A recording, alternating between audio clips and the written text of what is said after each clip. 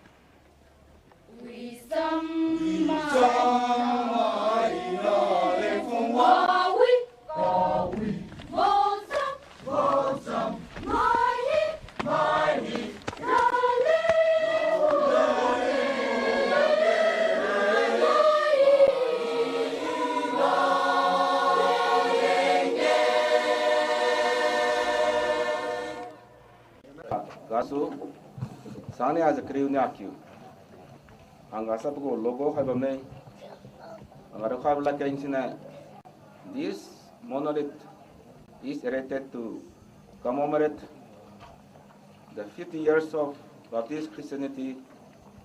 dedicated to God for His faithfulness, remembering the pioneers and the people whose service have brought us this far to prepare for the future glory. This day, the 27th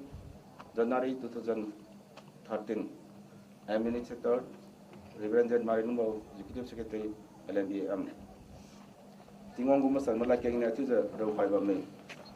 𝐂𝐡𝐨𝐏 𝐏𝐾𝐄𝐍. He said to the people of Israel, in the future,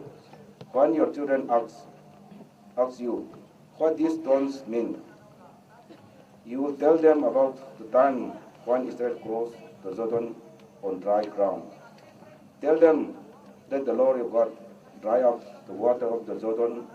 for you until you had crossed, just as He dried up the Red Sea for us. Because of this, everyone on earth will know how great the Lord's power is, and you will honor the Lord your God forever. Lungsa siba lepi tingwang non mai to bi na mai thulan ro lai jang sune na bi Jesu Christ ko ti ka long khaiza rang khai bo tin chi khaiza ko gospel pi khai lai to kon chi wei akam za liu Liangmai ka ti ga di gospel ong tang khaiza Liangmai nang khai ka bang kam hai hi adina nama so mang khaiza ka kha to mi ko to so nai adi to ni ka long khai boi hanaga Jesu Christ ka so adi dong ka san thi bo Chalura ni punam sang thiri ga ung khai chi melo ai ne sima kam pi tu ong ga ran kha pi Jesu Christ no muslim boy amen Amen.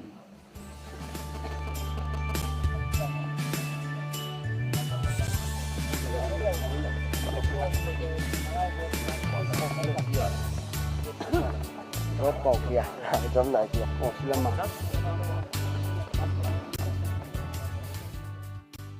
Theme song, Proclaim Thy Faithfulness. Jubilee.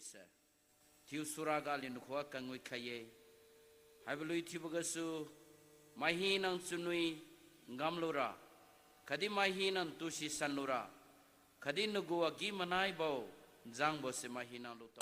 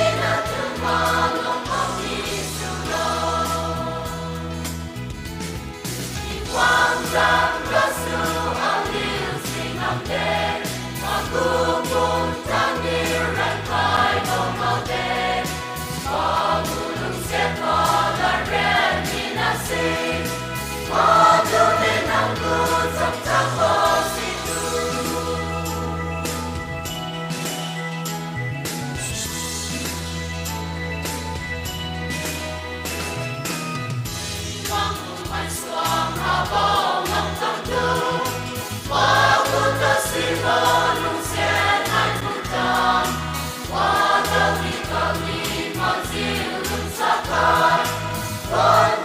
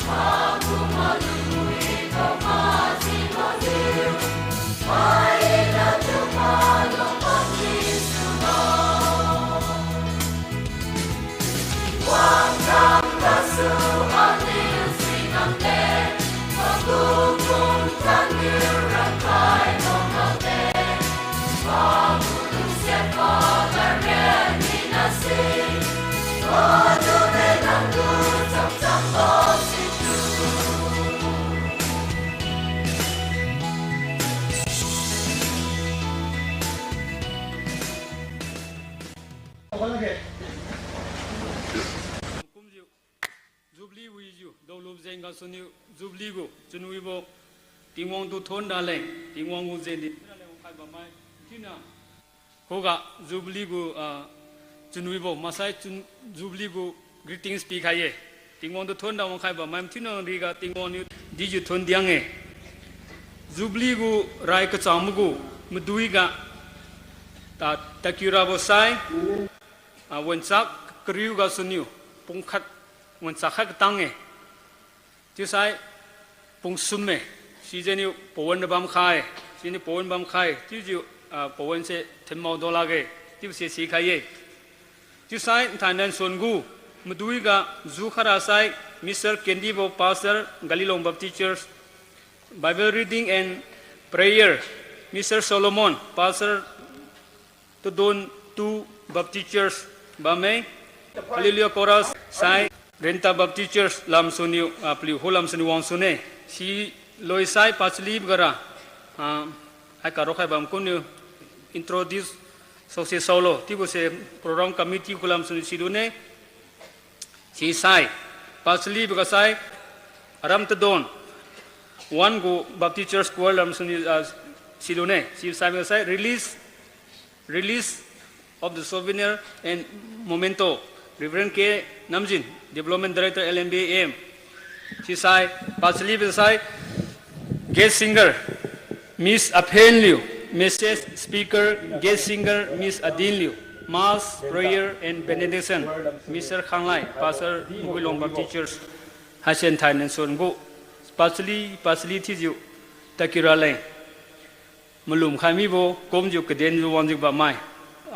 Powen ga wanju lu musui lukara 𝐂𝐾𝐄. Tuesday Bible reading and prayer ba songa Bible bam Psalm number 136 verses 1 to 5 verses 1 to 5. Psalm number 136 verses 1 to 5 got 𝐂𝐡𝐴 songa atu kengkhane. Give thanks to the Lord, for he is good. His love endure forever. Give thanks to the God of gods. His love endure forever. Give thanks to the Lord of lords. His love endure forever. To him who alone does great wonders, his love endure forever.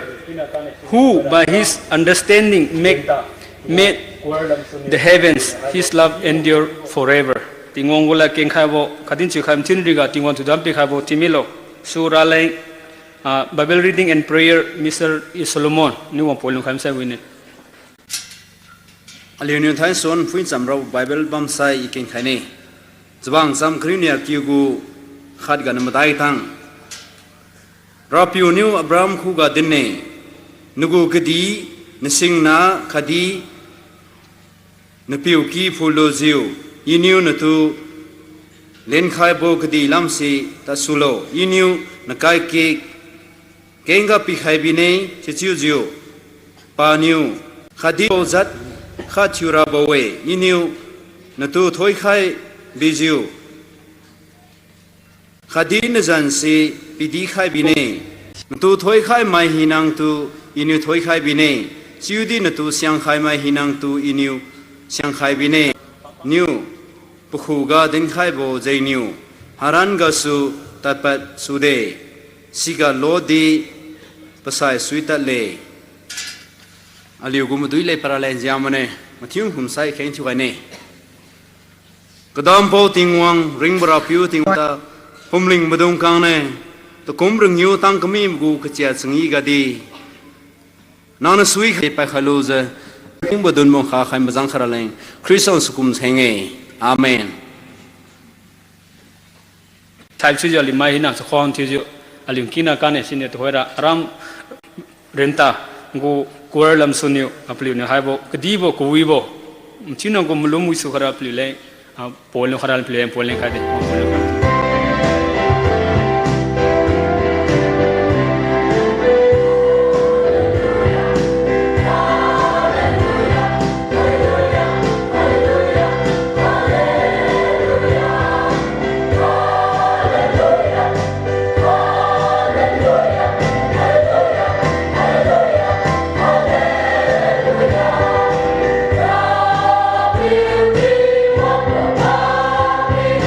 Wow.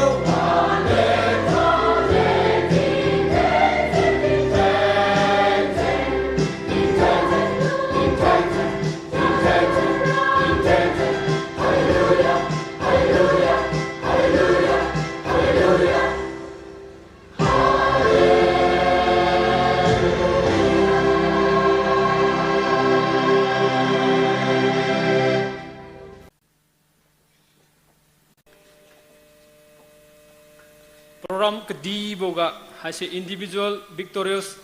go festival mage haisera chamai kai sang mai chringam klubu go arwang Kadi ga 𝐂𝐄𝐄𝐍 bolui Kadi bo paramaga ba molui 𝐂𝐄 ba marang renta kamem tineri ga tadi thoi pasli bora introduce program committee salam soni asikhara bam sai sosi solo ti bodi ponse lu mui to kadam boting on the distant kiwe thainai aram renta baptist church golden jubilee to wang we is mature on lo pengasu ting wang the distant kiwe ditum do khaiwe kanam maga sai go speaker khadi wang ko mai mthun de distant kiwe ti someday dun down te ko one thing kum raneng kam ne rise thainai December that kriu ting kum sangkha ja 𝐂𝐃𝐄𝐍 𝐁𝐲 Nallong Baptist Church also kamlabo katipiu sina aramga Christiansi pithu khaye sibugo tamcha khing kumring yu gap zabami boy thai ne katang macha wom tinga se aramgo Christian niti go journey te khangkim se ting kumring yu se hiu khat adau tang ga bam go chunui bla ken se mai mathim kho dim pa khai boy to hoi rise aliu ne din wang khai bo pausi pampau piu siasi ali ronga wang tang la mami boy pampau haibidi te ramna za hamam dadi patta panna mai ali ka kyong tang lo pengasu na to thon ki we tingon to thon ki we ti go sim thiu ma songa zum leng khara leng ti se so sablam me sin chlung sa za panna thium bo ali no ka kung bo apau lung lembo si chlung sa za halam khang ha sa wine ti se to di ko khai boy hai se panna pi we pampau piu sang kamla ber sai me boy pana piu lung lembo tiu hana piu sina aramga Christiansi wang khai boy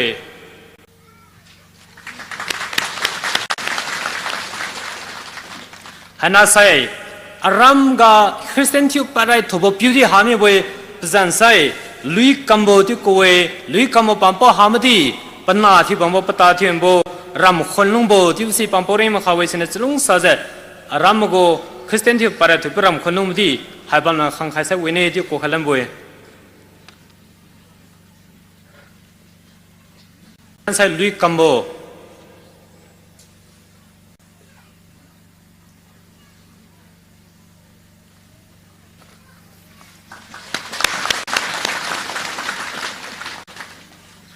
to khoi lu ka ke wang mambo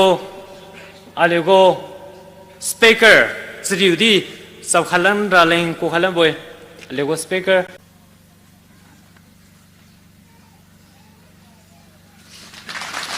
ke namzin parisriu di sau khalo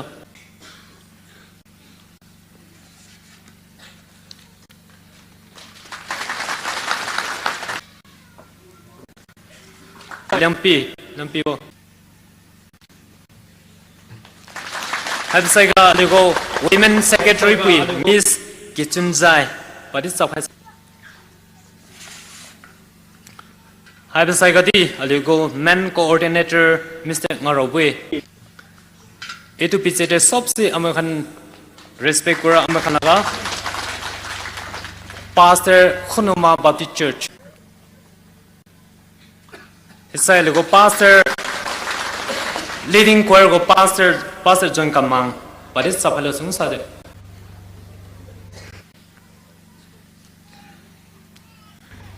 Isai pastor Kensunbo pastor LVC News aloke pastor Kensunbo pastor Dinkam Tadon 1 Baptist Church Sisai alina chakhonde ma lego pastor Pohilabo Nallong Baptist Church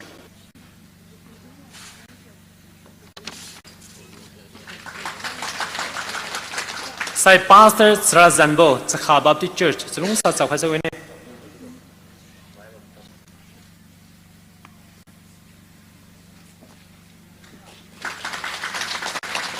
Sisai alina chakhonde mo pastor Traiwebo Kadi 3 Baptist Church pastor Zlung sa sa khalo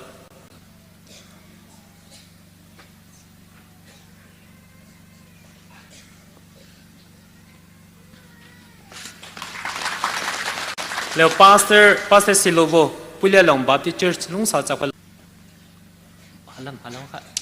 pastor Kadi la Say Aliu go Thai moderator Thium Aliu Pastor Kendi Galilong Baptist Church.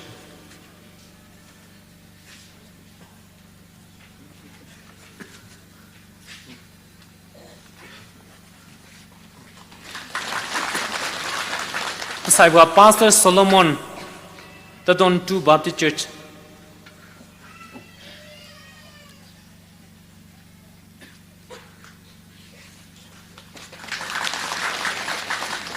Pastor 𝐂𝐄𝐄 Mairilungbou Baptist Church. Si Saigadi Pastor Dinbui Konfong Baptist Church Plaza 𝐂𝐿𝐴𝐿 𝐂𝐿𝐴𝐿 Dinbui Zansi. Si gaso Aliu Chakha Tiambo Aliu go ex-MLA 𝐂𝐿𝐴𝐿 but it's wrong such a high say winning. Ex-MLA 𝐂𝐿𝐴𝐿.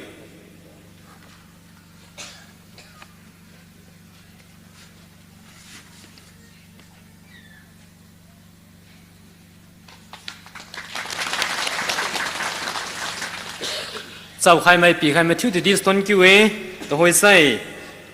hoi Aliu ma ga bambo aram Tadon Choir na li dis lung sa cham ne zo leng ha se we ne Steve 𝐵𝐴𝐿𝐾𝐄𝐍 tao khalan la to hoi pasli bor greetings si Mr. Tahilabo ni wangju powen se Jubilee bu doklu bu khai bam kan to masai tingwani kusu khai bam bu pol khai mra lai ple pon bi khai roza nia kiuga so na ting kum sang nia za kai ting kum sang nia za kriu nia kiu tang kami bo Jubilee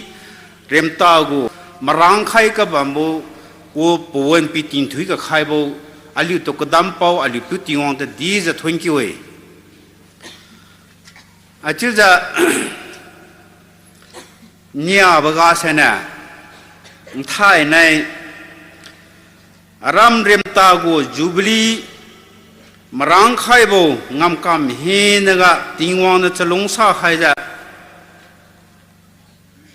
hai bo ting kam ga pelun piwi khai ra leng Aliu na chakhong thiu kabui mai chakhong thiu ja kabam mai Aliu da nai Play zo khang khai bo Aliu na chakhong thiu ja kabam bo Aliu pau Dr. Reverend 𝐂𝐿𝐴𝐿𝐵 Jubilee Hall le khai gapi bo pau administrator Reverend Kamwang Rienta Kadi do Thai nai son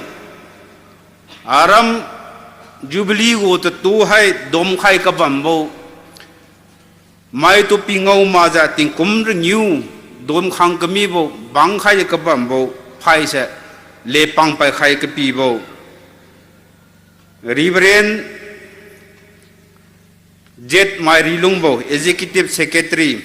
Siro nama ja ting thui khai ra leng wajiu ga marang khai ka bam bo Aliu na chakhong tu kui bo LNBA go president khadi do program ga katam tambo tin theng khai ra leng khai ka bam mai Paliu zan hai tu ja mang kha zan ding kyu ka no ma bam ta de do Paliu tu di ja thon kyu we khadi Aliu na chakhong thiu ja ka bam bo Aliu go ex-MLA bazan din sai en awang bo kyu ja Aliu leng tingwang cham Pagay bam tubo dimma daulak siya bo mahyamma daulak siya bo wi ka tubo cham ding khai ra leng wang khai ja ka bam bo Aliu tu ta cham ka ti khai ra po Peter Thiumai Reverend Peter Thiumai pato di do Paliu kang mai dong kang kuwi ngam kam ga tingwang ting ka thiu ga wang ja ngam kam khai ra leng Pachoi pi pelun nui khai ra leng khai do Christian mo wol nung kuwi baga lung leng khai ra leng ka tiu se nam lam son na pa so thiu ja ka bambo Paliu di do thai nai liu wo teng kam kui ba ga so na liu na ling khai dia ba ga so na liu go ra si kui ba ling thai na ye ba moi ti wi se ma thun khwa din tau khai boy kiu za charge ko manang khai ba dung kang di ken thiu za lung khai ka mi mai khang sia liu pum thiu za liu zan din sara wi diang ra bo ti di ma thiu de to liu pa kam la ka mi jang na pum king kui bo pastor tong kha za committee ma dong kang tang kha za charge ko pring ka ba me hen na ga di ke ma dong kang na pare phung bi za kam khai dia ba so thai na liu jubilee ap lu nei za daw ro boy kiu zan thai nai to khoi phang san hai aliu wang adau tau ba panai sam da samai sang wa jiu ma dong kang na ting wang sam kai wang ka ti ra lai king cham ra lai pra sam khoi ba lim king cham ka ra lai marang khai bo kum za pi wang tang khai yo thai nai pum siap thiu za po ministry ga pa na kam ka ban po pe roi ga po pa soi go ten doi nga wang tang khai za ka ban bo pa de do pa san nu ye pa san ku ye pau je sau lo thiu sai en khang di bo pa hai pa san ku be mai khale ti bo di do pa khu ga din tau khai lam boi hai kum bo samai ka ke ngara ngau khai ni di ngau tang ma ge si khai di si tang o ma ge idi mai di do khang sia mara jubilee ka ti bo pelun ngau tang ma wa dau tang ka ma di samai ka ke nga bam ta la ge param ki luang a ron na ma sang lam te mi zau khai ka ma di ke mam ta la ti di thai nai aram rim ta ma go ting kum ru new tang christian thiu pa ka mi bo ting kum ru new khang me ne si belunga jubilee ten don hai aram rim ta ma go jubilee ga wang khai ka ba mai chalui thiu khai ra bo aliu khu ga kui ba parwa kui ben da wang ma thiu da kam ku ro khai ra le chalui thiu khai ra wang ka bam pui knya to de da sai choir Tadon Baptist Church na kan ni pol no khai nei si loi sai release of Sovenier and Momento se Reverend Kenam jin ni ka deng khai lo patong kha ram assist na kan di choir na kan loi sai pol no khara le ka den chang bam khara pc khai khora choir aram Tadon one go Baptist Church choir kan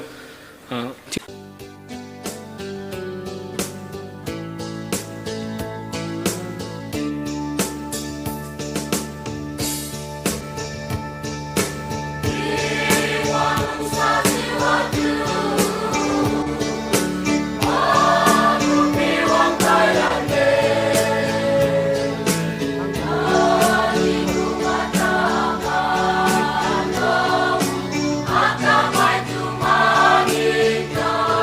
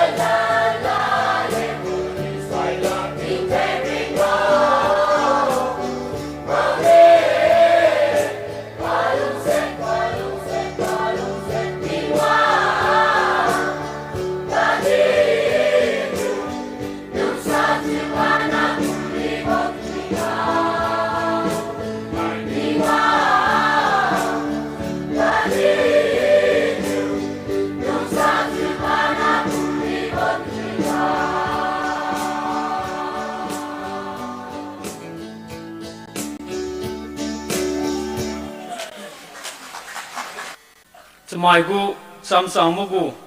jingi ma ge dingwang gu sam sam mo gu jingi ga dingwang do thon bu xiao jiu Jubilee ga 𝐂𝐴𝐻𝐃𝐄𝐍 gu 𝐂𝐴𝐻𝐃 bo kwari ga 𝐂𝐴𝐻𝐃 ga dingwang to khai bo thilo hoi pasli wa sai release of Sovenier and Momento hai ka minister ka ra bo reverend ke nam jin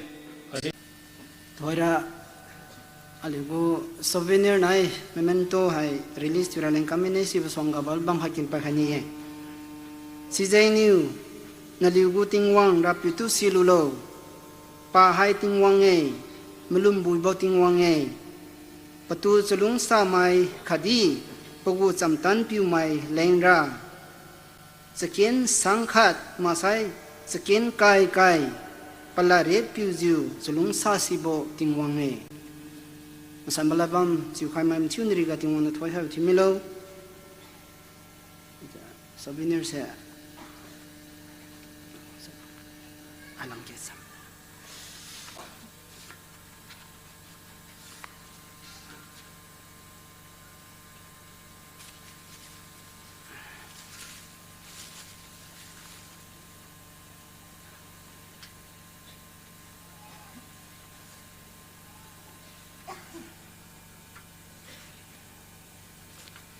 Thai này Zabam hiu Jeng tum kai nia ta kum sang nia zakriu sung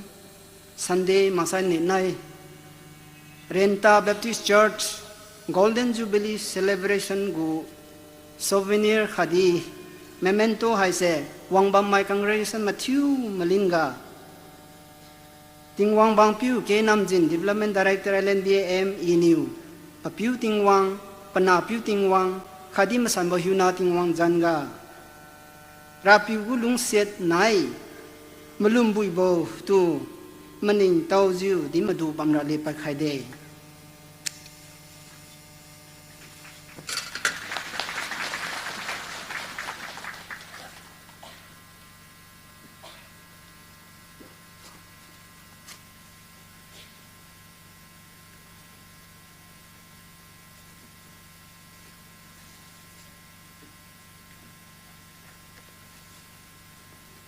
I say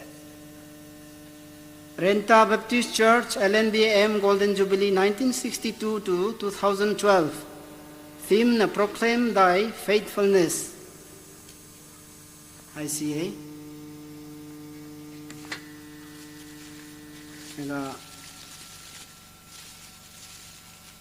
Memento, 27 and 28 January 2013, Rienta Baptist Church, LNBM, celebrating God's faithfulness. As in a Sovenier day. However, 𝐷𝐈𝐄𝐿𝐵 𝐂𝐡𝐨𝐢𝐫 Sakin hi nagu raputing wang malumbui borawang na tu di za thon ki way kadi maluang pakat kasaga ka tamangyang na hai se aluna malumbui bo Jubilee borapiu Jesus Christ azang thon ki kum khaim boy. Amen. Gospel message speaker new Paul Lukai Mesa we ne panuang ju Paul setting hamra plan Paul bikai Kadi sam 𝐂𝐄𝐄𝐍 𝐁𝐲 king lo ne khoi tingwang na li tu mpau khai kani bo cham sing king la na kam ke atiza aliun thana men go tingwang go malum bui bo si din khai lo masara din ron lo jibo go chim ga liu Jubilee 𝐂𝐃𝐄𝐍 me sitiza tingwang go malum bui bo chimaksa Liangmai 𝐃𝐿𝐴 malai ga ni cham chang bo faithfulness ti bo se malum bui bo chimasa cham chang bo ti dia liu dinlu buye Jubilee go khenrang jibo go make simut khai sai ka bang madung hi nang se ka bang thi bam ga sna paliu heng masra paliu go zubambo sli dung si khai diagloza ia khenrang thimene tiza pak pa nan chone si jangas na ka ba ma dung chnui ba me magena dung chnui bo na ye ka mi pui dung na akina na klelung sa ba jangas na atiza patu trang khiraleng pago gadi din zon ne tingwang ne officer rakha da ti bo city boy alung chunan cham bo tingwang ne khai da ra boy pam phi phi ma ra boy phiusa phiu to no ra boy sina nago makumna nalung chuna nago vision ti we sai nang mau ra boy chudi tingwang na tu kam kraba tu kraba se kati ga sa nang mau la ge sidanga sna ga bible ga dimma se bachang pling bo malum bui bo cham chang bo tingwang tu nara piu ti me sai nang hai se nara piu klimine nang se naki klimine na phung di klimine nang se mai khang khai ko pam pau si klimine si sai ga nang hai se naka klimi ra boy naka klimi manen cham nago vision na si de klimi ra boy siti we sai tingwang nun tu tham khai mi ra boy sinama dung ale thoi pa ka ka khen ti kwe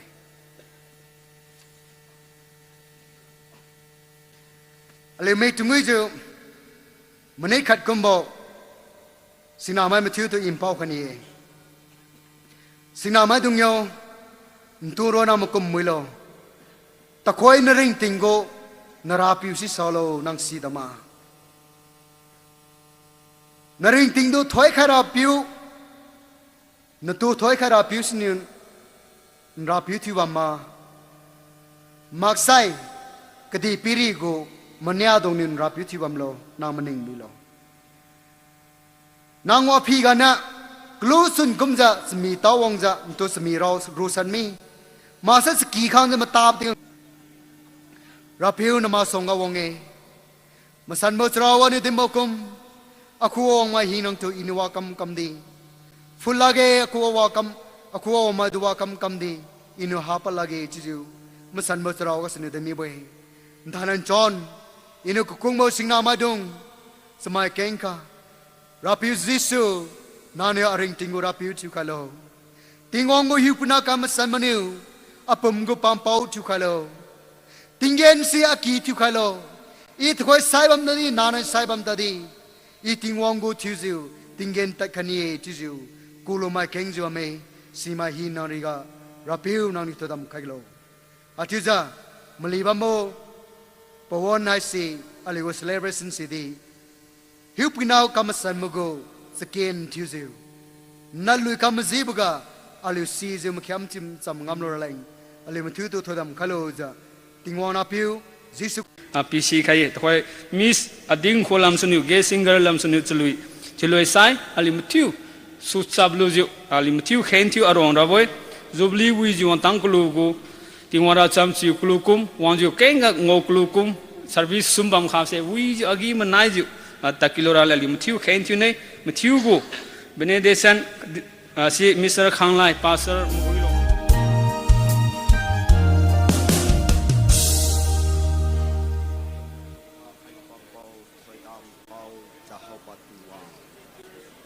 Nallong sabing kasu thai nai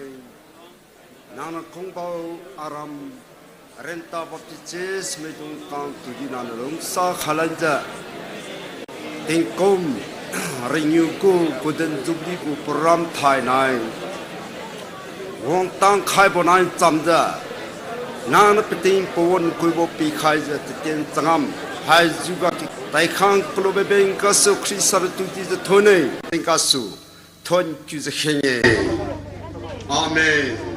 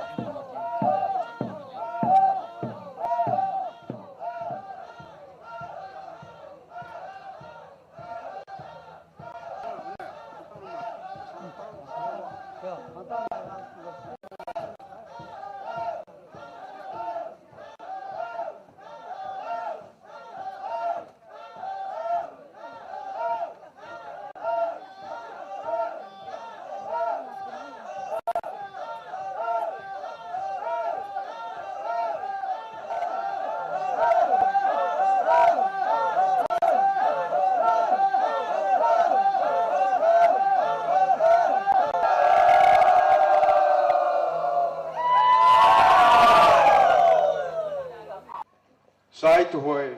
invocation, Mr. Nguahing Pastor, New Puileklong Baptist Church. Ringla nupi tingong. Ting ki dewi ki gai be. Na anidin dam gai. Anupi sanglu tibelo. Rempo be Jisu Krista jigade. Be tingonda gili. Amen. Wesai, speech from Chief Guest. Respected compeers, our speaker, administrators, and special invitees, well-wishers, ladies and gentlemen, and everyone present here. First of all, I thank Almighty God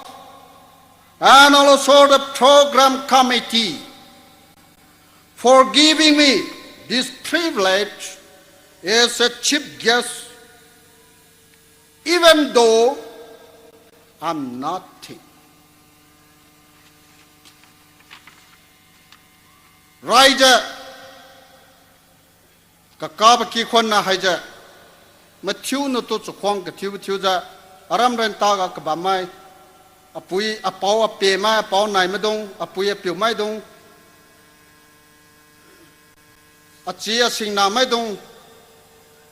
aram ren ta mai dong sironama aliu sangda mai aliu Liangmai area ga 𝐂𝐵𝐴𝐴 Nagaland ga 𝐂𝐵𝐴𝐴 Manipur ga 𝐂𝐵𝐴𝐴 dong kang haibo holunga wang 𝐂𝐵𝐴𝐴 Matthew to di aki khun mai ting kum ka san thil lo ja thai nai ting kum reng new tang kami bo golden jubilee janga na salam thiu khaye to hoi I chala ding khai krab sara not tai na ga thin nong lo ja ba mai 1 Corinthians chapter 7 verse 17 Galatians chapter 4 verse 4 Ephesians chapter 5 verse 23 and Philippians chapter 2 verse 7 Haibo Bible bam ga aliu to hoi Christian niti thiu kami madong ja phui si khai sai wa ka kain si san lo kubi ba mai hai si tam sinju ka jibo kuibo situ silo jo malum jo khadi kam jo mazai jo thin piu jo lungkim boguwe aliu Liangmai Liangmai khuga chalui chala chakhon ta chain charet pajai pali sokdyang kungdyang malangdyang meteddyang kangdyang didyang Pelain siak, pelcang siak boga in reality, original and righteousness. Kanoi ga cham thiu ja ding khai sibosai hai je loi khai mi de The way say Kalen people one presentation are say lokai sung ne Prosecuting Sub-Inspector Nagaland Police to this thank you didim do Liangmai Aliwati kabui bapileng di pira bab soni mawai ti 20 we ti ko mathiu ma songa pi ka khat sablang khane ti ko thi ding khailan boy sne chlung sa je chriu di bam ga so chief ge se chaw cha we ne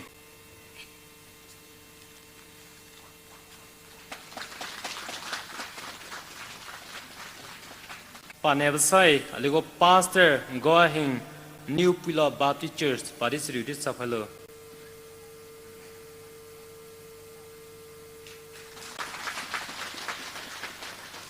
Pasambaga Pastor Kadombo Center Church Namraining LMB Manipur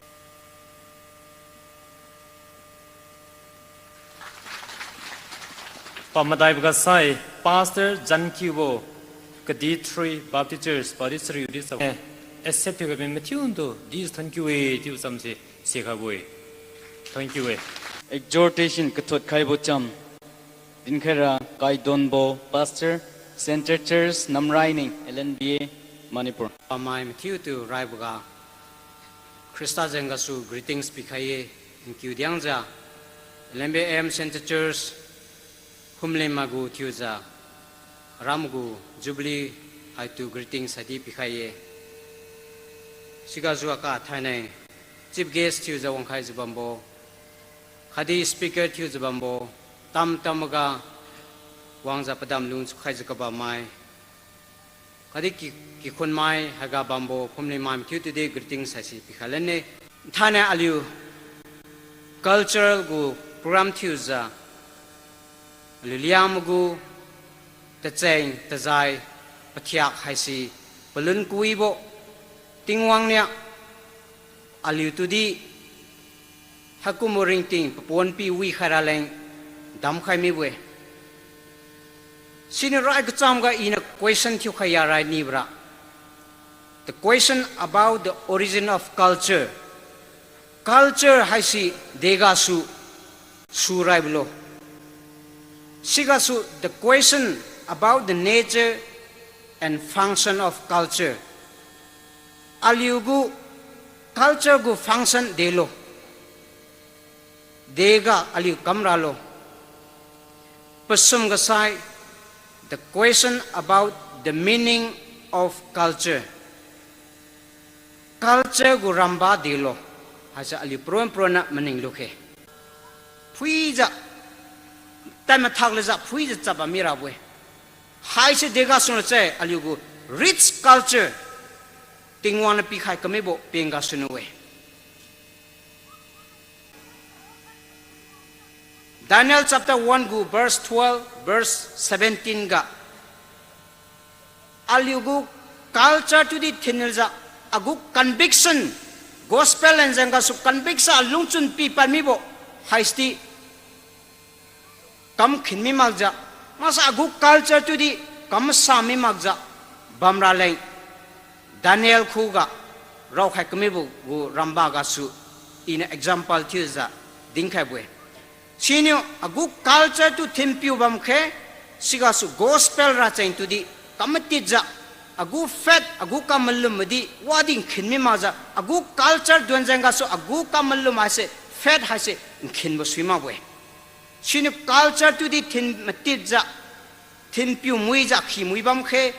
a good Malum, a good conviction and fat Heidi Timpuza Bamrabo Pagame Bamwe. Thane chudi alukdi pirigi ga one has kakalibo one watinga alugu culture di duplicated Thiumai. Original culture hasi kamahawang kim hasi bamiwe. Sini duplicate chang kamabo katanwa wasna kenja wang kemedi alugu society ga kenga bamiwe. Sise delo sai alugu culture hamisai aliu liamadungdi hawang kimwe tepsa aliu di mukum swanne rabo pagain bame sijenga sun thane tingwang ne pikha kame bugu culture haisti aliu liamadung lain di pikha jakaba maisi aliu timpiu muiza akhileza tingwang ken kamadira le aliu te ten thukai khe tepsa dingkhaye king ka mam theory ga tingwang ne thodam kha sambo thimilo program ga malum khai bukum Mr. Kai Dombo, Pastor LNBA Manipur Center Church Namraini. To Koisai, Aliu cultural dance hasi Huine, Senior Haiga Pam Kasab Sasujo Kamaga Pano Huine, Senior Masonga Ground Gamatiu to Pakaralang to the Sikai.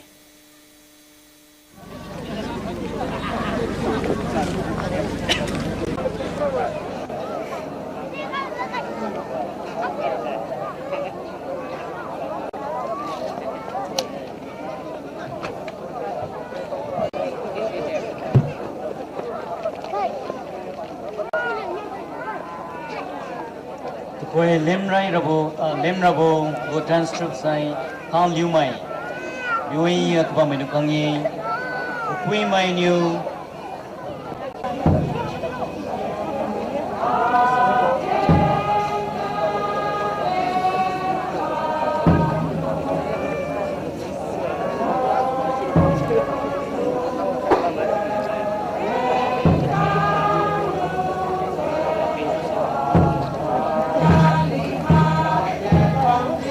Haiboni na si compost ni Jubilee gu compost ni Kadi juzu Tamei 𝐂𝐡𝐨𝐢𝐫 mit dende wambuga hasi timpura juzu den pakaibu ni na khale Kadi piliu kinga juzu kin ya hasi kuwe piliu ni tu Kadi piliu ni na tu rakna loriando kin ya juzu Aligo dignity de habo koi aligo culture and sita kami nila so cultural sita aligo first beginning steps aligo they go the last go sita the langsiem Thiumsang Thiumsang go Thiumai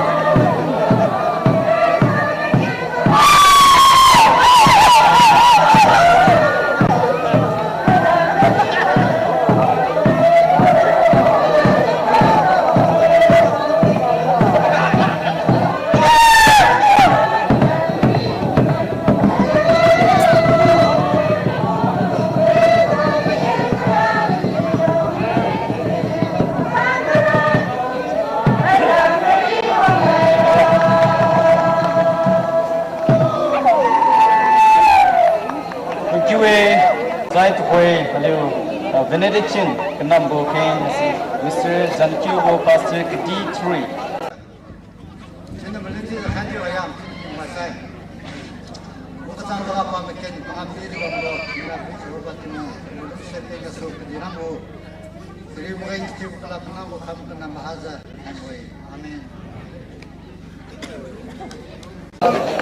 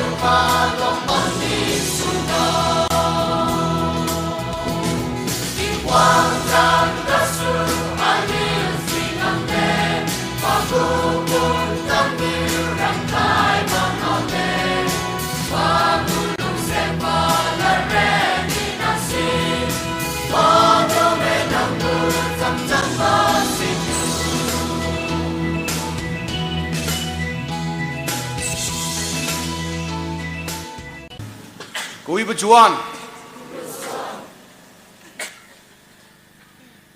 Yena hallelujah tisra ni praise the Lord you. Yena praise the Lord ni hallelujah ti khalo ti ngo thon kyu wa li tu hai sen ke. Hallelujah. Praise the Lord. Hallelujah. Tingong hai wiye ti sa pon macang. Pon macang tiong wiye ti ke. Tingong hai wiye. Pon macang. Thank you. Tingong na mathuri ga thokhai ti melo 𝐂𝐄𝐄 Juan go Madui ga Matthew to welcome to Khalane. Dizali go Madui si diza pachli bo thuzaliu takilan rakam ke babam kata kadauga timik sangkhat bambu song naraki ga naikhat bambu sini wing kiwe kasamai ki ga lungbu song arawang ki rengmun ga chapo sini wing kiwe rapiu hai alutugu khai pau khadi bekendi bo wange chkhwang chubo nai lungsa bo sini aliu tu thoi khaye 𝐂𝐴𝐻𝐃𝐄𝐍 mazibo kamai situ pani wadau di thonmi lage ngam kambora wangyo nutumlu maisi leju kha sanwi lo kanai chuan aligo pachlibo program takyu sanraleng Matthew khuga ken madu khaine evening service on 27 January 2013 Rienta goldenjubilee moderator 𝐵𝐿𝐵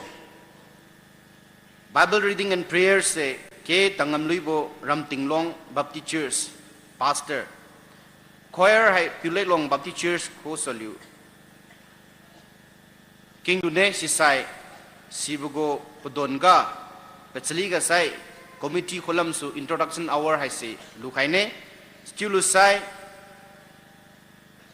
khonama go pastor ko saliu speech sai se liung king dune pana chala din khaine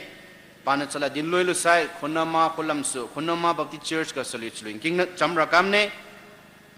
sising king tron zaliu chlui di pachli ka aliu choir kholam su lui khan king lane sisi Thallon Baptist Church society is a peasant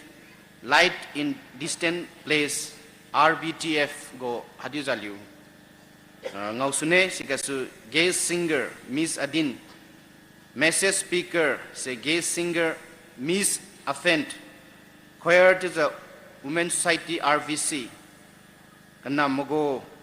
benediction hai silu khaira sai hoin sang paso Jubilee Baptist Church ko sotiu lukhaira kamne to hai sai inoko khaibsi Bible reading and prayer 𝐂𝐴𝐻𝐃𝐄𝐍 pastor Dinglong Baptist Church no pon do khaise wine alinu fuin chamrabo Bible bam se ni tije ni king khane tije I Liangmai Naga English language sune king khane Hebrew chapter 13 verse 7 ga tije king khane Hebrew chapter 13 verse 7 tije ro khaye remember your leaders who spoke the words of God to you consider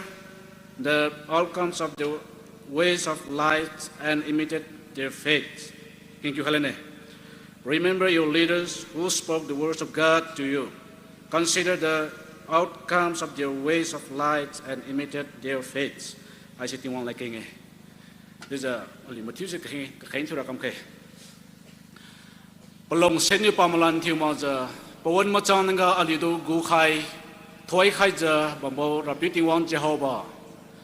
Natu di za thun ki way. Di za ali no kongbo ram Rienta Baptist Church.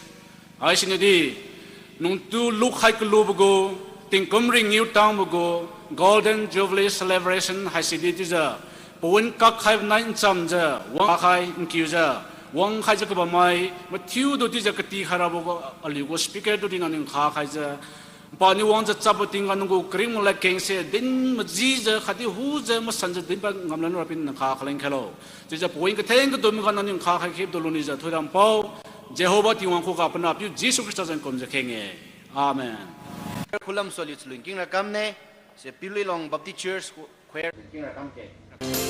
hallelujah hallelujah hallelujah hallelujah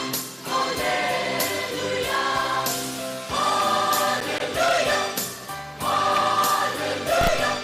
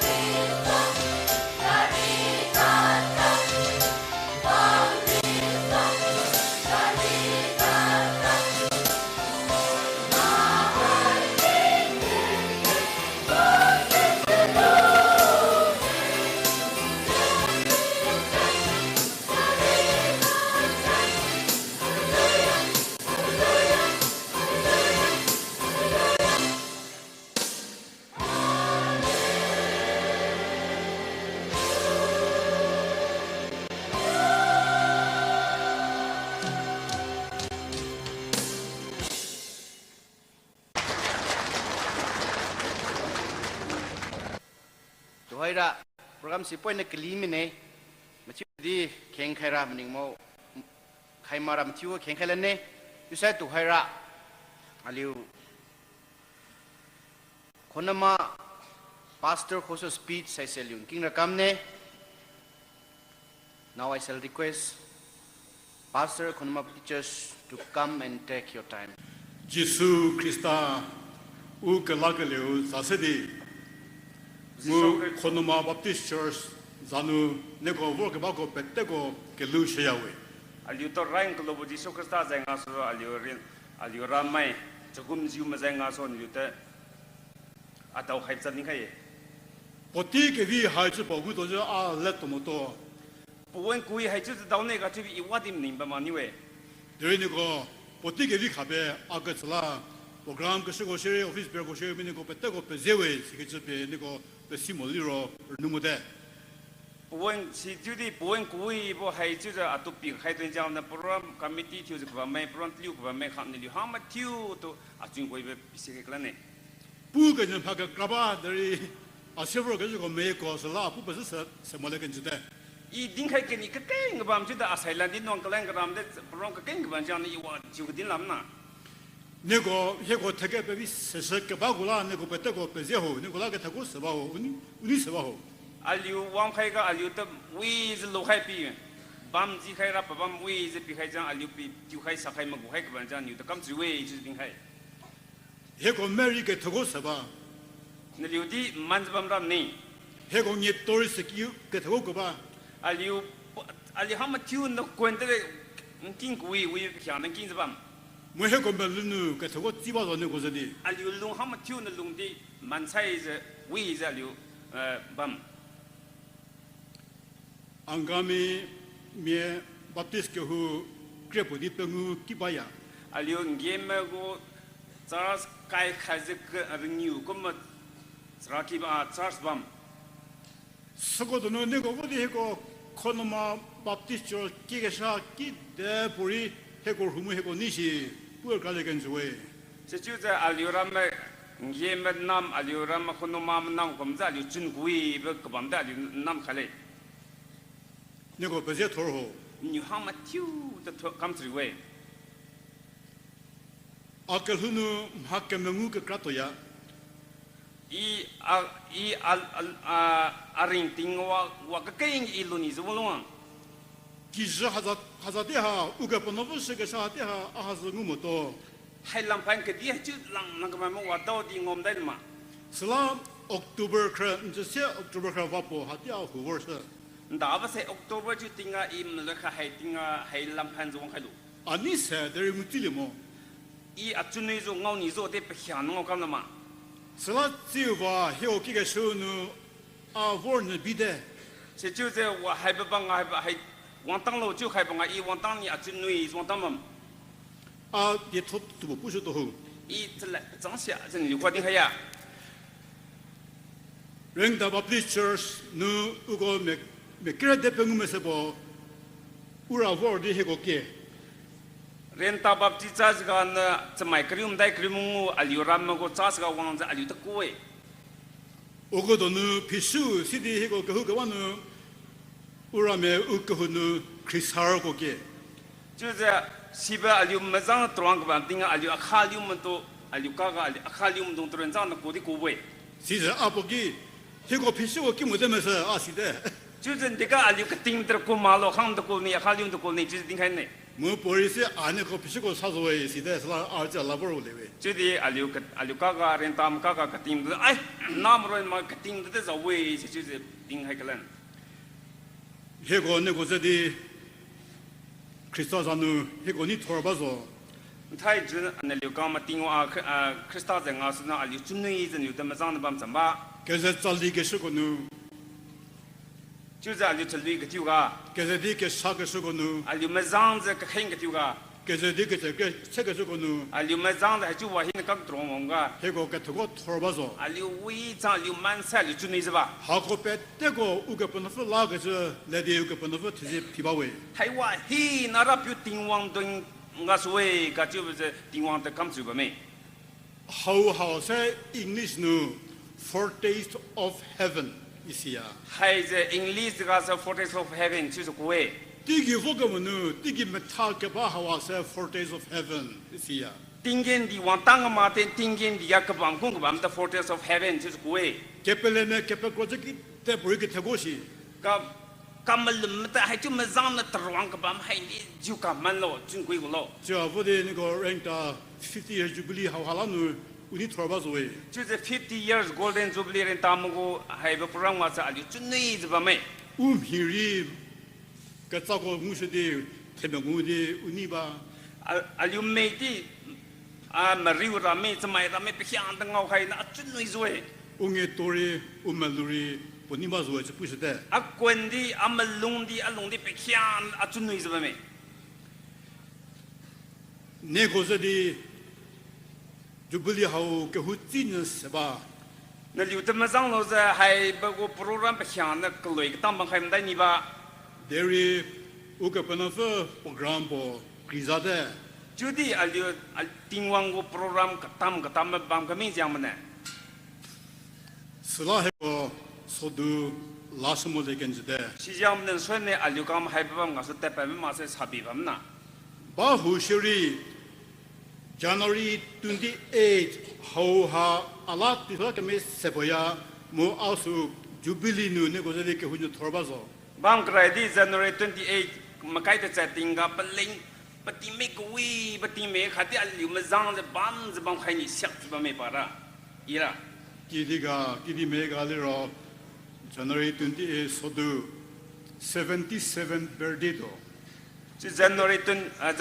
kariu te chai kyu ma makai te chai kyu ne pugu ria chinya kyu pugu pamana ting ka ai 슬라하수 주빌리 보는 또 뭐지와 아니 토르도 자서 레디 포스 웨이 si jang man thai ni ting sia pamana ting ka sia ga pugu Jubilee wang khai ki pi jang man pa pa chun ni sun na zon tang ma me 데리우가 번호고 프로그램 스킬비 고저 와다하 judi ting wang go program ka tam bang kun jang man te ma da la na 이거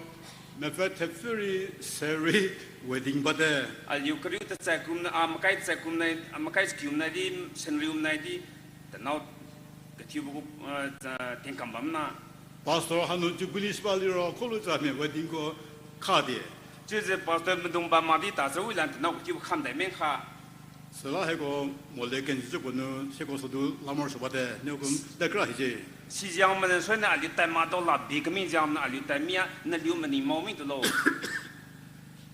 해고 네고 바카버도 네고 베테 베터 하누게 버 랭다누 고소 뭐냐 버디 주빌리 누게세 우니게 바 베테고 네고 베제 세메고 네고 카토 도무 네고 해고 크라바도지那留哈个王这个吧，没不然嘛，那哈个Jubilee王个吧，没丢那都ali留他们领导是吧？那留王个吧，没丢的ali留他们问的ali留他们领导是吧？个喽，就是点开。 보티게 비 카베아게 잘하는 거 베테고 베제서 번우 자 베테고 쓰게로 쓰지 不问故意不看个比较，你好么丢的刚走呢？你好么丢的个的？ Hoy dia li chulun kinlan dia si sai choir Thallon Baptist Church ka soliu chulun kinlan dia si sai choir mai dung se chului chului gap sai local RBTF tiu si yidi pramba hai sha simake RBTF se BRTF leng papa neng kam bam boy ni de phui ma da BRTF chura sim ni na RBTF tiu si ne tinne sisin na sidik den khara ni tu pisi khai tu sai tu haira choir Thallon Baptist Church na pon lu khailo tu gap sai RBTF not BRTF pon lu khailo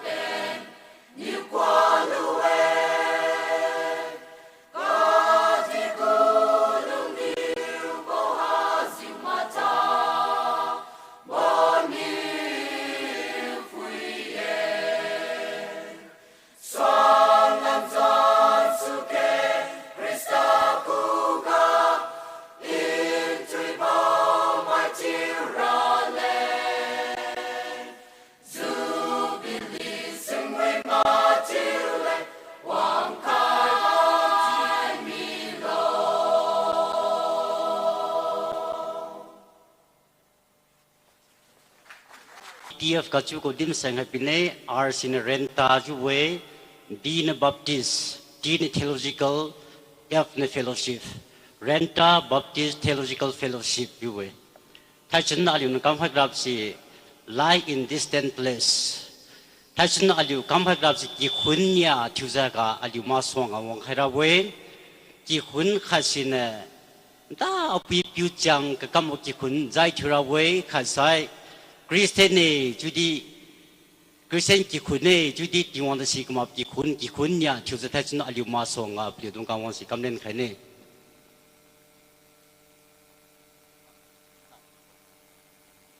สิ่งที่โตราตะกุมจะแบบให้กันนาพิวไซคริสเตียนกี่คนเนี่ยจุดนี้พวก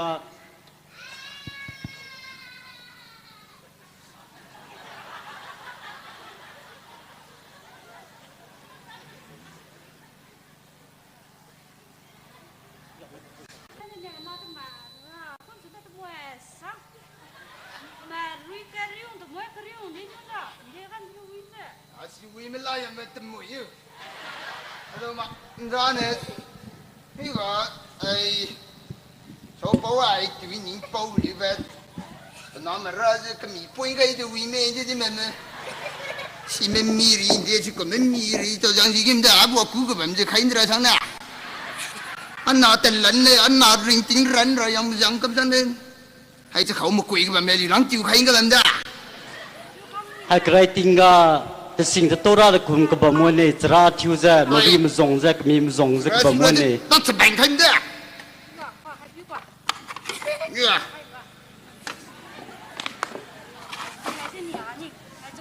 เมื่อก่อนกูกินแล้วมีกันจ้ะเอ้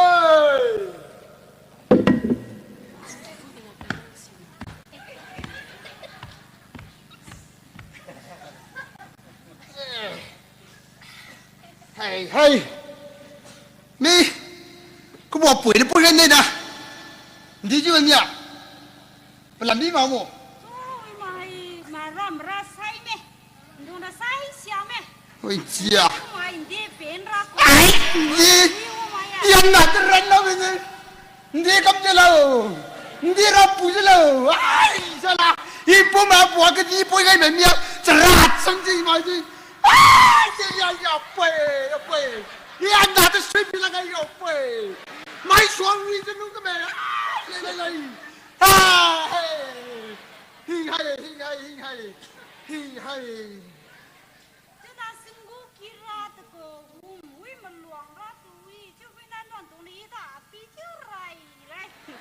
啊玩就罗，啥么那个上那东西。哎，找到嘛？那呢？啊个呢？个为了晒个面不是？把困地两股提呢给的，个忙跟对对么股子啦，不应该玩你个么呀？你们讲过去了，我不应该问你的，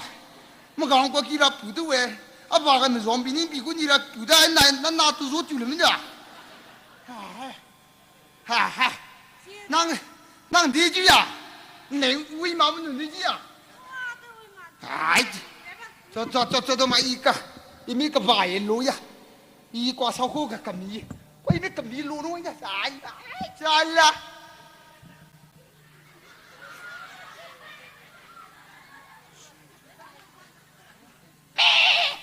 โอ้กระมีปุ้งไว้บ่นี่จีอ่ะตัวสระชื่อทีน่ะนั่ง做了秘密满单呐你做难的密码一直死下把个塞呀，拢会尾开这种。哇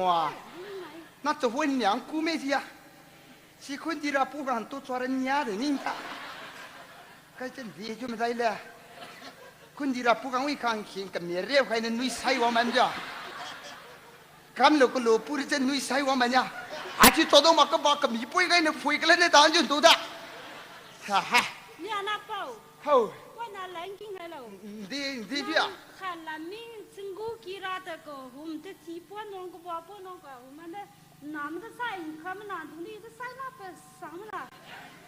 ทีนี้เนี่ยน้ำดำวิจขามีนั่นน้องมีเดือคริสเตียนข้างขามีจะวันโตใครไอ้ก็เด้ 𝐁𝐲 Thiumai还多还有点专门冷西兰呢。我们𝐁𝐲咁的就是Kristen们人的就是，喂，有啥么跟啦不咁样的？哎，那呢，可不跟你俩看这个瓦铺呢，看这𝐁咁么人就要有，啊个啥理的咩？𝐁么人就有啥么跟别人们人的啦，啊有的啥么咩？人米的背开人多都为了咁样。哎，么𝐁么人这买𝐁𝐲的是嘛啦？不是你这边嘛是嘛人们人的们人为民这啲们，现在呢就为错呗，这讲呢。我讲个讲为边口给了不能去给呐，就天天多困地了就给了，但是你怎么了？这人们啥也没想，我们到这里这人主呀，是也别个溜，我们啥没讲。是啊，你们𝐁𝐲 kami做人们人咁咪𝐁𝐲们人咁啲就们人咁嘛是嘛不上这，也没来人见嘛啥的呀𝐁𝐲。为就的电视啦的，这买𝐁𝐲么烧个嘛，都烧着𝐁𝐲咁个来咪，𝐁𝐲们人了，为大们人咯，你知啦？啊，有了新帮讲我，不然不得讲们那为么我个嘛不得个狠是不是？还都会跳个把门关系，大个丁家人大คน个长小位，还都会买个金都讲丁am rahak mi jam na，aram人大门关系就还个人 jam 呢都会，还是 original 人大คน就是都会跳门位。Aji ya mening manda mai na pinang den chin sa do. Tu di pi to kam ri sai mi ki dala. Ya ruin den lung ne gala. Mai ka kam ra chang ta kam ra ta khoi men da ya ta mai di chu tin mong ki ma nai ja.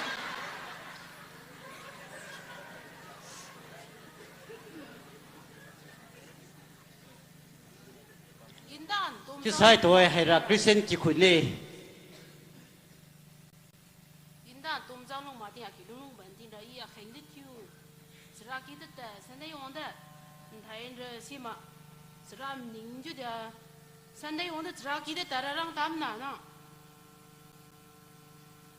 Nhiều mai Puileklong Niumai phasi,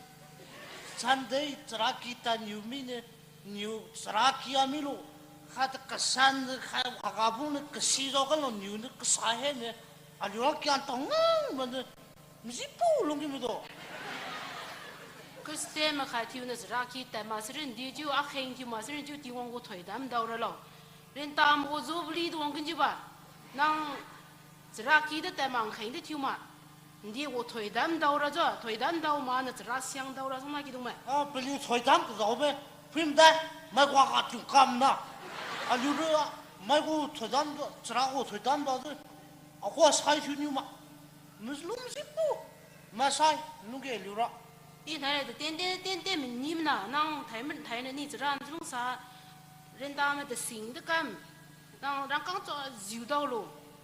ngo kriun zan da kha da khai ma ten dai bài bé gia đình Christian mà kêu gà khai, tiếng Hoa lên pirabe, chú tiếng khai bà năng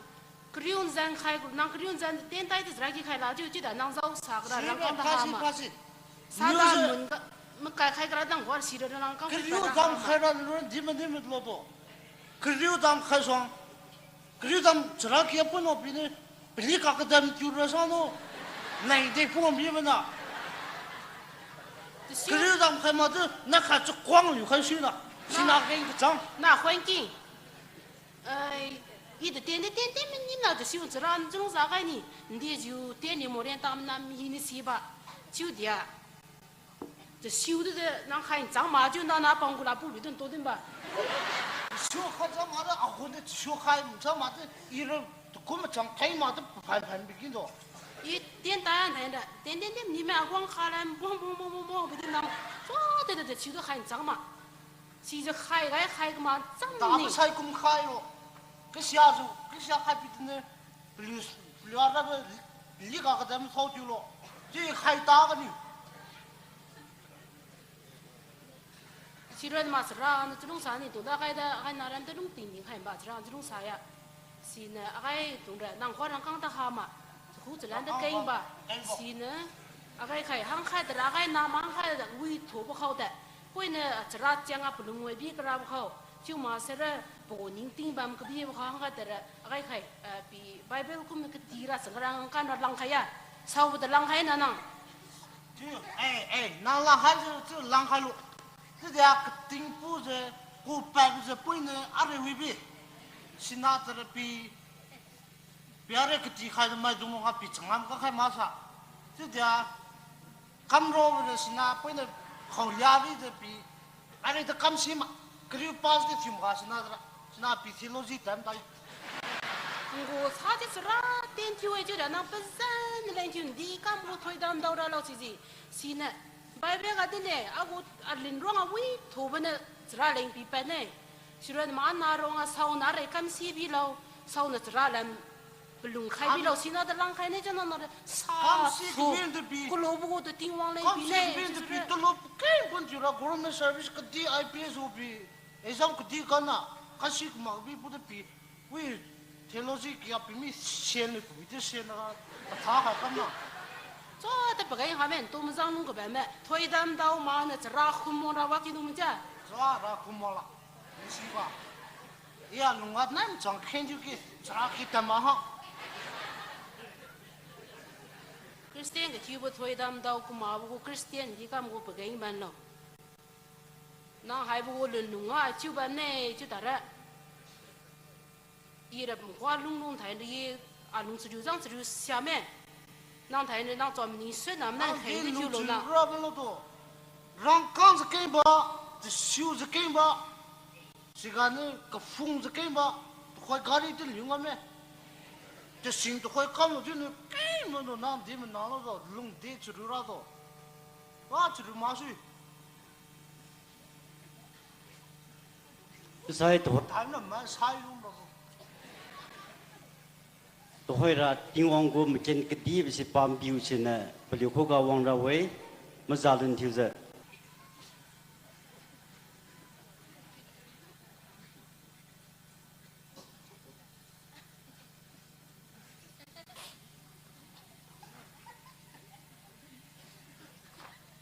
cái sai lệch cho khổ được khiêng cho mình đó,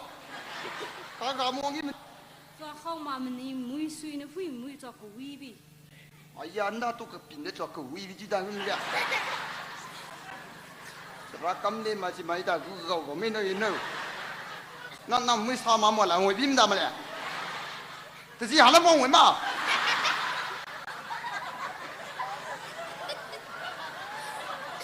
Ai mai wang kim cầm lên nang khăn đi pita. Iru kulun serra be ke you. Mai wang kim cầm lên khăn đi bìm đó.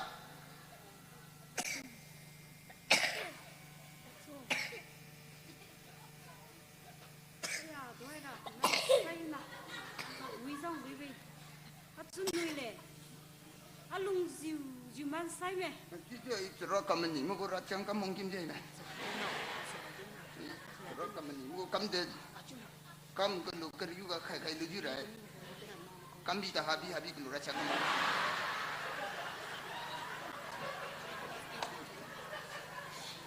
Nda cái gì bị mà abo cái lục cầm để ta sẽ vào cái rác cầm mình nên kỹ năng cái này. Cái gì thì nó khen cái lan gì đó nè.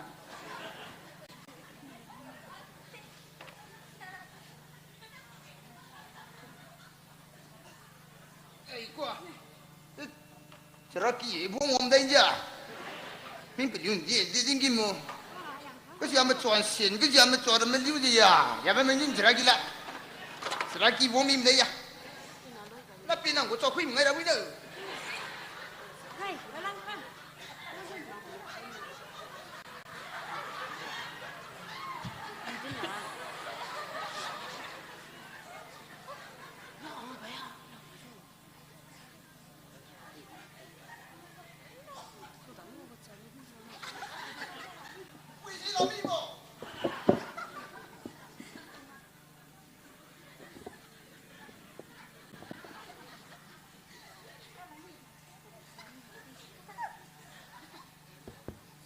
Thana, akizung na kitsunui ne. Akiga to Christian, Chakha ga, ja, sija.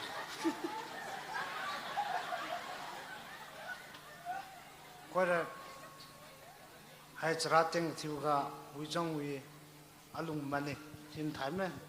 son chang te ki khen thiura ta ke sandim chang teo charaki de tarakam hai action thiuja de liuma songa pemeng thiuja khadit chala phaz kam hai grab si loim ne thaichun aliuna kam them ramba sira lai chu si Jesus Christa hai to Dinbui Jesus Christa go biu sira kiti bom biu kum mage Tiwang go biu sira every corner kiti pike ga bom di mariu chi wa bom da di verse 1 ga adi pui sai ngonai Jerusalem kuyo naliu riga ka bem si thau khai ba me sine to hoira naliu sol je naliu go koi si thau ben khai solo ti Dinbui sinen thai na aram renta mai di haga wang khai zakwa mai pekyang ni si tiwang go ka benbo haju ga agi manai bo kui si ali mathun hu ga thau khai ba me sine krista to ali fight theologian thai na so krista go kui si ali mathu si phungja ali matha khai lan khe dingkyu lan khe ali tingong thon kyu bu go bengkyu kyu khe mathu bengkyu lan khe. Thank you Rienta Baptist Theological Fellowship for your wonderful presentation based on light in distant place. We do a South Indian go English kadin gospel message kadicha niknik te filan kai.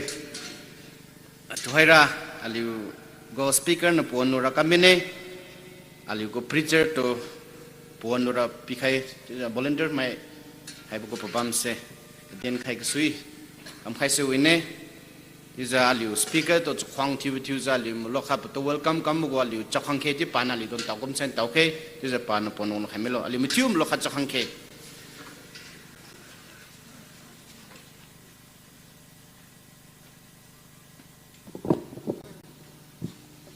Ribo Kadi walung ngau kui budi aliu mithing ngau lo ne to koi tingwang na aliu do de sikhani lo ti basi aliu kam tilan na kam khe Kulun son wan ga tingwang ne liu tu ran khai bo tingwang ne liu tu ku khai bo ga liu ra piu kli ra ye Kadi aliu ke kli ra ye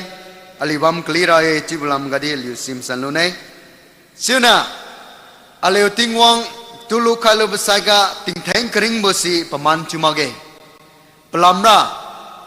tingwang go cham chang bo Kadi tingwang go malum boi baneu aliu tu kung khai 𝐂𝐲 pana piu Jesus Christa pumli bo 𝐂𝐲𝐠 𝐏𝐵𝐻𝐻 na non anon khumasan ka 𝐂𝐲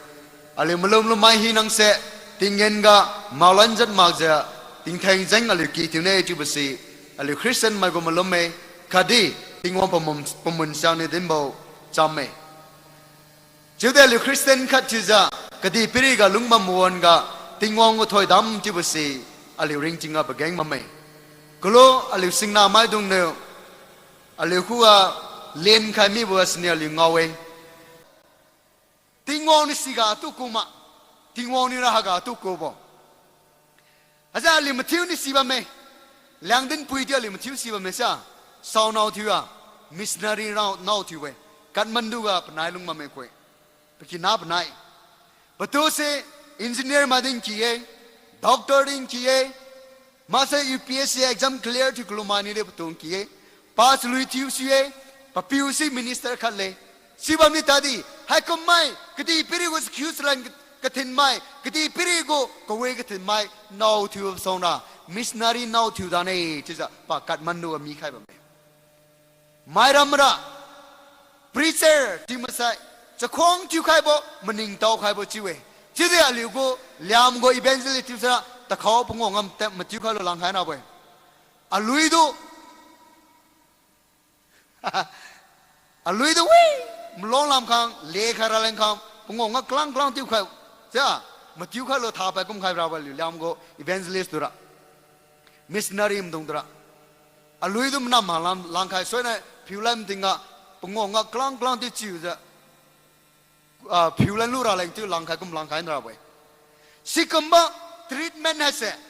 tingwang bang mai dung tu sikomo treatment pi bezengas na ntanai aliu khuwa tingwang ne aliu tu mning tau khai bo tingwang ne aliu tu kung khai bo si hai เด็กกำลังใส่ติงวังเบียงบางปีเดียวกุ้งไข่สิมาเกติงวังบางปีเดียวสของจิสิมาเกติงวังบางปีที่บ่ายสิโตอาลิมาเซนโบมารายโบที่บุคัดยังไงอีเวนต์ลิสต์มองสระข้าเสียมกี่คนนับปะไปเราไปลุงวงตั้งลาโบสิงคิวมากโบมาสลุงตะพงมาโบไบเบิลกันนี่ดินเนอินุนตุมปะปีทุกคนเนนั่นแหละปะเก่งมามีนาสิอินุปีกันเนจิจ้าติงวังราลิวแรงจำเร็จใครจินทานาลิวติงวังวุจำเร็จดาวมาเสเด็กกำลังสนิโลจิจ้ามันนิงมุยมันนิงใครลงนางทานายติงวังวุถอยดำนางดาวนี่เอไซสิงนามาดุงตัวคอยประกาศติงวังกัวอะไรเป่าข้าจะเข่งทุกคนติงวังยอนทานายสู้ๆจ้านบังพิวดูปานเดทิวมโลเดสักมโลจิจ้าอีสกันทิวิบนัยสกันพลแมงจ้าประตูสของทุกคนเองมันนิงเต้าคนเองอากูสคิวสลังกับเข่งมันไงปนามกูเอมิสันทิวสันฟีดีอีพีคนเองอากูสริบุนัยดีอีวงตั้งลาบุนัยดีน่าอัตุมันนิงเต้าคนโลที่จะเข่งโลเข่งเนียบุกติงวังโยริงติงวังตั้งลาบุกแค่นังกดีนานิงข้าใครทุดำคาร์เลงอะไรตัวนอนกับสุรันใครบิโบติงวังนับพิวจิสุคริสต์จังกัสนิวพิวติงวังขัววังจิวทุดำคาร์เลงกุมขังเออาเมน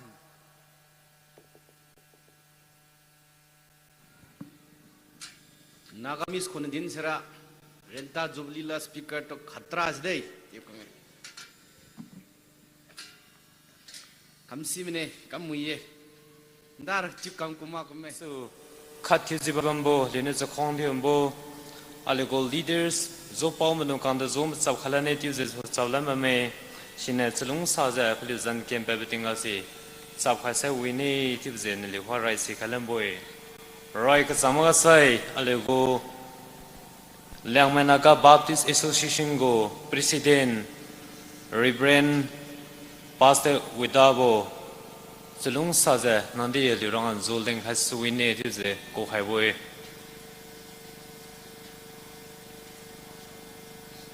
ฮัลลัมบมาลันที่ข้างใครเลยใช่ข้างเราฮัลลังข้างเราจะลุงสาวจะปานเนี่ยบุกใส่อะไรกู youth secretary มาที่หนึ่งปาริสริวดีสุดท้ายสุดวันนี้ pastor คนสั่ง Ziumi Baptist Church ปาริสริวดีสุดท้ายให้สิ Ziumi pastor เย่ under ZBCC 𝐁𝐲 Baptist Church Council กับผม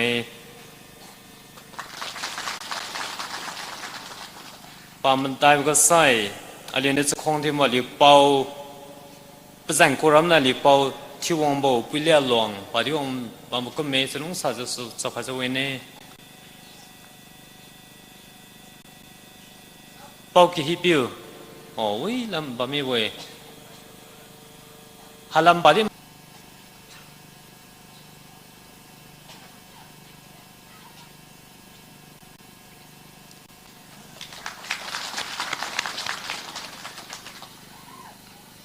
ใส่อะไรนั่นจะคงที่โบอะไรจินน่าเขตโตดิมาปูร์วรานาบาซาร์อามาเข่งเก็บมารอมกุริงน่า transportation การเนี่ยกาลีเดียกี่ดูขวาเต็มเดชสายเดียแล้วได้เขตโต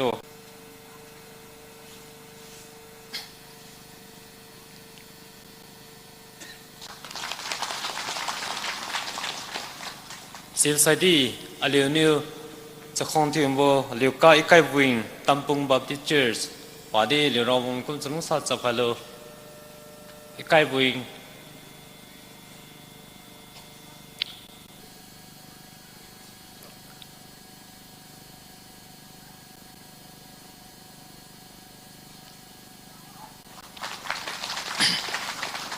ปัสลีบก็ใส่อะไรปิวฮอสกาอาขันลักดาดาฮอสกาไตตัวอาหารตัวดิขันเนี่ยหัวเลบีไตเกคุณเฮดีบปาริบุเอตุลักพิเศษKVอังกามีวอลฟอร์ดิมาปูร์ไตบีอาหารดิขันเนี่ยคุณบัมปะคอมโบนันสริวเดตัวเบลเลงฮาราเลงคุยใครตามะสิกาซาเลียนิสคงที่บัมโบอาลิโก ES Rebrand กำมองเรนตาปิกีปุยอเบนปุย Badia Lirong Tamang Kum the Salung Saze, Halam Hankalo. Might have to see my Pinalam Hankaniti Maram Dukanse, a Benpui, Bempinan de Lambano 3, Wamitidi, Halam Salung Sahankalo. My Baptist Association, Liangmai Baptist Arong Nagaland got the 10 𝐷𝐈𝐄𝐿𝐴 Funzalite, the Liu Habamo KPCA.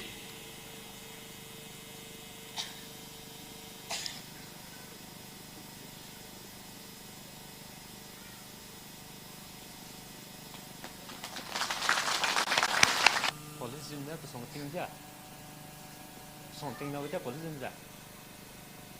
I mean, Tingasi, Aludi, Lung, Man Maze, Tiputo Zoom, a Congas or Zoom sub highway, you see.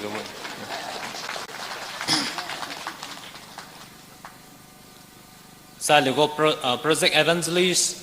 Mr. Mhintui, News.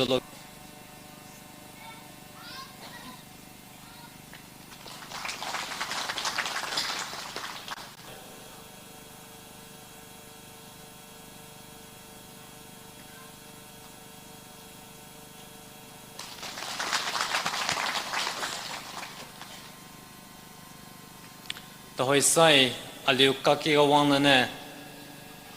Salui Thiumai Sui, the program had to come Lumui Sui Habibui, Kachiarangkang Kadipigo, Manias in a Pelugo, then come to Adinliu Thiumai, Tudi, Alunaliu Tsunui, Duze, Naliu the Matthew Masonga Pizza Hanese, Aliu Gubambo, Wapo in a way, Tudi, Wagane, Asan Sanan that support Manias Tindaula, Nibam Dadi. Belum ngasih cepo ini peng hai boy, sisi tingkum sem ketang si sisi ring mana boy sini selung saja, mending mau mungkin aja nali gua cepo lebe tinggal si cedi kam ham aja khai mende, tingkum sem ketang si hai bogo arreg ne, bo ting powan kesam nai timing ne teliu sui ketiu gua si aliu gua choir mingyu bame aliu kakyong hai bo sigane thai ne gua golden jubilee ga 𝐁𝐲 𝐁𝐲 𝐿𝐴𝐄𝐻𝐃 𝐁𝐲 𝐶𝑟ok bame selung saja rai kesamuga thai aliu go function ga leading choir Thallon Baptist Church go song choir master ma thima pli go leaders hangkhat siwang selung saja liu kalen si lo khasa wine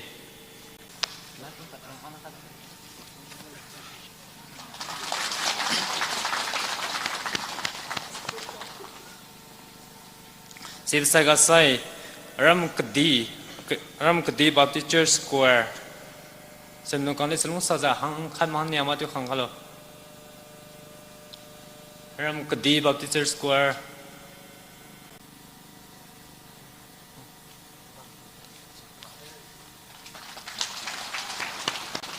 Nallong Baptist Church Choir. Nallong Baptist Church Choir.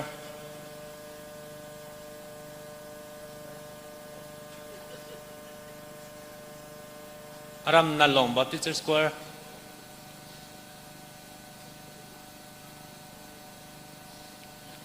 Selung sang khai khang khalo, hang khai sui hang ni adi sui.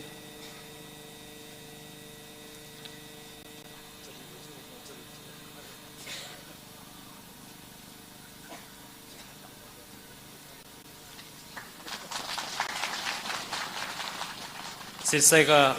Tadon Baptist Church Choir. Hang ni ane hang khasa wira kome ngau babung si di mau beti dia berat bamboy. Tadon Baptist Church Choir.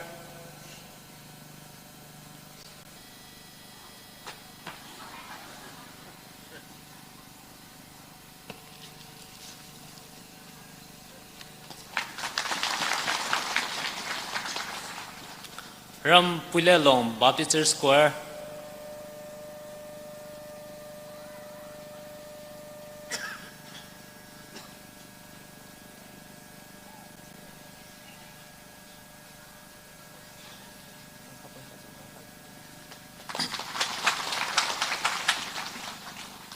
Sigane Church Wang Langro Haibo 𝐼𝐴𝐻𝐾𝐄𝐍 𝐁𝐲 Haibo Dui 𝐷𝐈𝐄𝐻 ne Langro Haibo Church Chakha Dana Wangkang Dana Junsi welcome na se speaker pi dem nang me boy ale go program gum khole te hen fen je to ko hun pa 阿郎那王嘛就。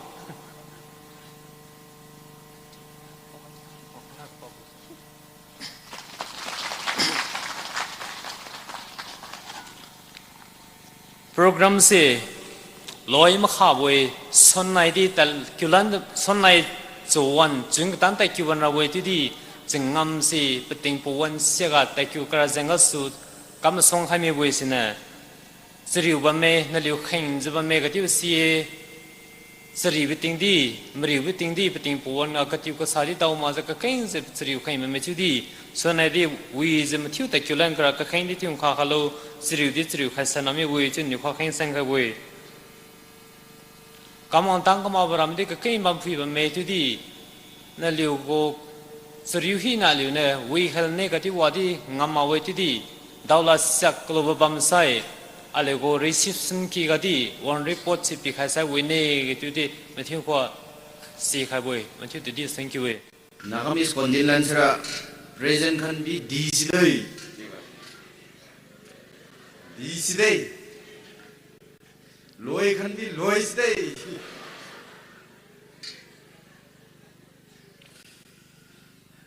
对啦，Loy 用咩呢？就 Loy 看经咯。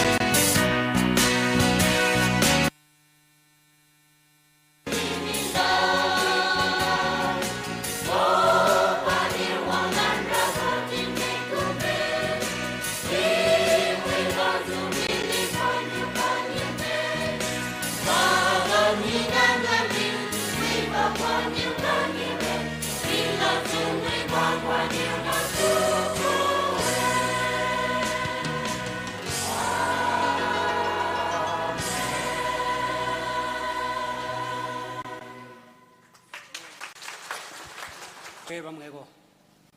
adui de kene je phung nangong ge ba mi ku ti ma ku mi te nazar di je stano king ge si de da sa ni da am man su na je ka bang plazen nen chotole no ge ke ku ko de orang ko ti mo mi te ma zen tulu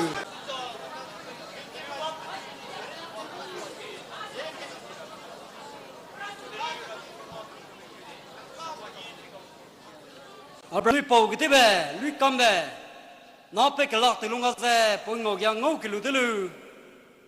nói chỉ bầu mi cái gì bây giờ mi chẳng nói, cái cái nào mi bầu ngồi chẳng cái lú từ lú, nó chỉ số đấy xí đấy mi chẳng nói cái chôm, ai để bầu ngồi chẳng cái lú xem nên chút thôi đấy.